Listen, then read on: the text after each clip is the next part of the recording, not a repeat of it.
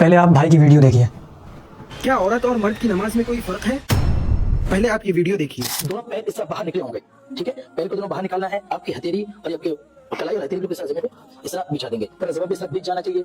طریقہ نہ نبی سے ثابت ہے، نہ ہی کسی حدیث میں ہے۔ صحیح بخاری، صحیح مسلم، ابن ماجہ، نسائی، ترمذی، کسی بھی حدیث میں نہیں ہے کہ عورت کی نماز مرد سے الگ ہے، جبکہ سنن ابو داؤد کی حدیث ہے، حدیث نمبر 236، نبی صلی اللہ علیہ وسلم نے فرمایا انما النساء شقائق الرجال، کہ عورتیں معاملات میں مردوں کی طرح ہیں، ہر معاملات میں عورتیں مردوں ہی کی طرح ہیں، لیکن جہاں پر فرق ہوگا وہاں پر اللہ اور اس کے رسول بتا دیں گے، ہم اپنی طرف سے اس فرق کو ایڈ نہیں کر سکتے۔ جبکہ امام بخاری نے لکھا عورت کی نماز مرد کی طرح ہے۔ امام بخاری کے الفاظ ہیں كانت ام الدرداء تجلس في صلاتها جلسة الرجل وكانت فقيهة، ام درداء یہ ایک فقیہ اور صحابیہ عورت تھی، یہ مردوں کی طرح بیٹھتی تھی اور مردوں ہی کی طرح نماز پڑھتی تھی۔ اور افسوس آج لوگ یہ کہتے ہیں کہ عورت مرد کی طرح نماز نہ پڑھے، عورت مرد کی طرح سجدے میں نہ بیٹھے، اگر وہ سجدے میں جائے تو زمین سے چپک جائے، جبکہ نبی کا فرمان کیا ہے؟ نبی صلی اللہ علیہ وسلم نے فرمایا صلوا كما رأيتموني اصلي، تم نماز اسی طرح پڑھو جس طرح مجھے پڑھتے ہوئے دیکھا ہے۔ لیکن بھائی کا بیسک کلیم اور بنیادی دعویٰ یہ ہے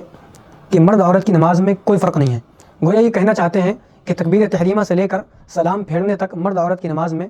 کوئی فرق نہیں ہے۔ اس کے بعد بھائی نے ابو داؤد شریف سے ایک روایت پڑھی ہے کہ انما النساء شقائق الرجال، کہ عورتیں معاملات میں مردوں کی طرح ہیں، لیکن افسوس ہوا بھائی پر کہ ان کو اتنا بھی نہیں معلوم ہے کہ معاملات اور احکام میں فرق ہوتا ہے، اور نماز کا تعلق احکام سے ہے، معاملات سے نہیں ہے۔ اس کے بعد بھائی نے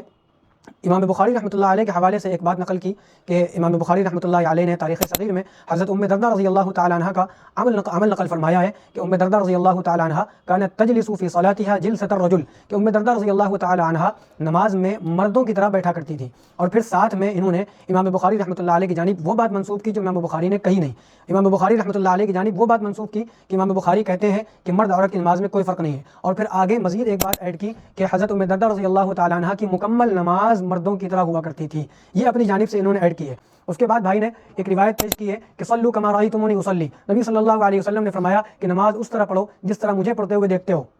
یاد رکھیے کہ نبی صلی اللہ علیہ وسلم نے جو یہ حکم ارشاد فرمایا تھا وہ صحابی رسول حضرت مالک بن حویرث رضی اللہ تعالیٰ عنہ اور ان کے ساتھ دیگر اصحاب جو تھے ان کو یہ حکم ارشاد فرمایا تھا، اور پھر نبی صلی اللہ علیہ وسلم نے یہ ارشاد فرمایا کہ اذا حضرت الصلاۃ فلیؤذن لکم احدکم، کہ جب نماز کا وقت آ جائے تو تم میں سے کوئی ایک شخص اذان دے دے، فلیؤمکم اکبرکم، تم میں کا جو بڑا ہو وہ امامت کرے۔ اب میرا بھائی سے سوال یہ ہے کہ کیا آپ اسی روایت پر عمل کرتے ہوئے اپنی کسی بہن سے یا اپنے گھر کی کسی عورت سے اذان دلوا سکتے ہیں، یا آپ کی کوئی بڑی بوڑھی دادی یا نانی وہ آپ کے یہاں مسجد میں جا کر امامت کے فرائض انجام دے سکتی ہے؟ اگر نہیں دے سکتی ہے اور یقیناً نہیں دے سکتی تو پھر آپ برائے کرم مرد عورت کی نماز میں فرق کے لیے یہ روایت پیش نہ کیجیے۔